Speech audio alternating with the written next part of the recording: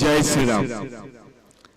ప్రజల చేత ప్రజల కొరకు ఎన్నుకోబడిన ప్రజాస్వామ్యబద్ధంగా ఎన్నుకోబడిన ఒక పార్టీ మనందరి ఫోన్ కాల్స్ దొంగతనంగా వ్యక్తిగత వివరాలన్నీ కూడా సేకరిస్తుంటే ఈరోజు ప్రజల పక్కన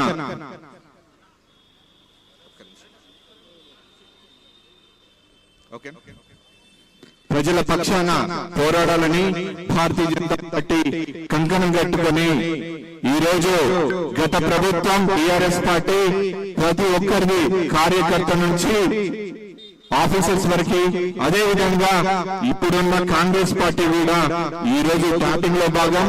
బీఆర్ఎస్ పార్టీ ఫోన్ ట్యాపింగ్ చేస్తే కాంగ్రెస్ పార్టీ డీఫేక్ వీడియోలు చేస్తూ ఈ రోజు అమిత్ షా గారి వీడియో కూడా డీఫేక్ వీడియో చేసి ప్రజలకు అబద్ధ ప్రచారాలు చేస్తున్న తరుణంలో ఈ రోజు దీక్షకు వచ్చిన పార్టీ నాయకులందరికీ మరియు మహిళా నాయకులకు, అదే విధంగా పెద్ద ఎత్తున తరలి వచ్చిన బీజేవైఎం సభ్యులకు అందరూ కూడా స్వాగతం పలుకుతూ భవిష్యత్తులో ప్రజల పక్షాన పోరాడే పార్టీ భారతీయ జనతా పార్టీ, వచ్చేసారి వచ్చే ప్రభుత్వం తెలంగాణ రాష్ట్రంలో భారతీయ జనతా పార్టీ అని ఈ రోజు ముక్త కంఠంతో ఈ వేదిక నుంచి చెప్పడానికి ఇంత పెద్ద ఈ కార్యక్రమం నిర్వహించిన లక్ష్మణ్ గారికి ప్రత్యేక ధన్యవాదాలు తెలియజేస్తూ, భారతదేశంలో ఏ రాష్ట్రంలో కూడా ఏ పార్టీ కూడా ప్రజల హక్కులను హరించలేదు.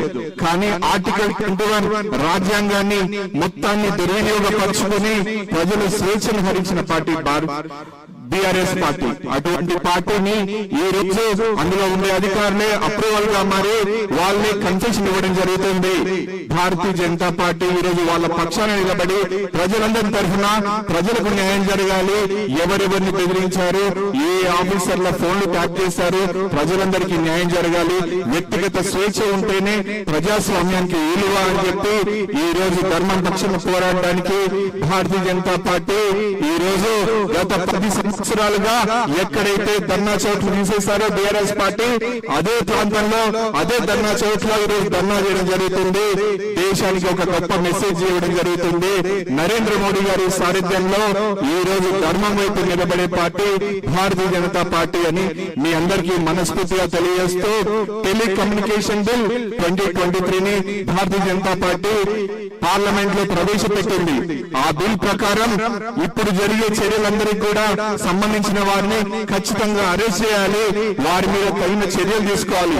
అప్పటి ఐటీ మినిస్ట్రీ ఆయన అమెరికా పోయి చదువుకొని వచ్చింది, ఫోన్ ఎక్కడ ట్యాప్ చేయాలో తెలుసుకోవడానికి అమెరికా పోయి చదువుకొని వచ్చిండు.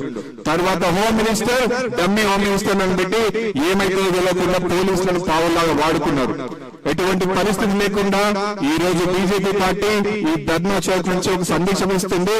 ప్రజలందరి పక్షాన కలిసి పోరాడడానికి మేమందరం మీ తరఫున ఉన్నామని, మీ బలంగా మేమున్నామని మీ అందరికీ తెలియజేస్తూ, ఇంత పెద్ద ఎత్తున తరలి వచ్చిన కార్యకర్తలకు నాయకులకు ప్రత్యేక ధన్యవాదాలు తెలియజేస్తున్నాను. జై హింద్.